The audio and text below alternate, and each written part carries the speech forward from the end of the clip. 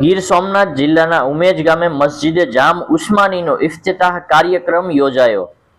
જેમાં પ્રાપ્ત થતી માહિતી મુજબ આ પ્રસંગે સાવરકુંડલાના દાદા બાપુના દીકરા સૈયદ મુનીર બાપુ અને ઉનાના મશહૂર મારૂફ સૈયદ પીર બાપુના હાથે આ મસ્જિદે જામ ઉસ્માનીનું ઉદ્ઘાટન કરવામાં આવ્યું હતું। મળતી માહિતી મુજબ આ કાર્યક્રમની અંદર સૌરાષ્ટ્રભરના દૂર દૂરથી આગેવાનો આવ્યા હતા અને જ્યારે મસ્જિદની વાત કરવામાં આવે તો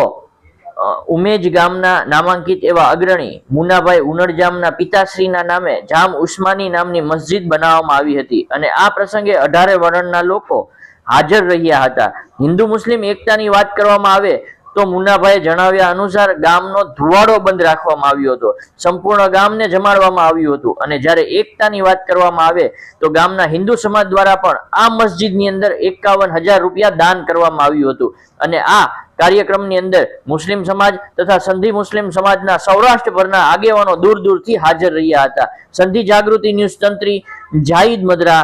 ભાવનગર।